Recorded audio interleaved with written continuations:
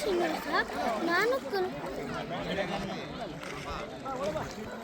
ನಾನು ಇಲ್ಲಿ ಕೂಡಲಿ ಕ್ಷೇತ್ರಕ್ಕೆ ಬಂದಿದ್ದೀನಿ. ತುಂಗಭದ್ರಾ ಎರಡು ಸೇರಿ ತುಂಗಭದ್ರಾ ನದಿಯಾಗುತ್ತೆ. ಅದು ಅಪ್ಪ ತುಂಗಭದ್ರಾ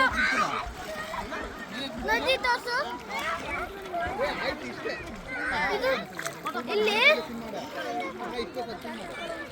ತುಂಗಭದ್ರಾ ಇದು ಭದ್ರಾ.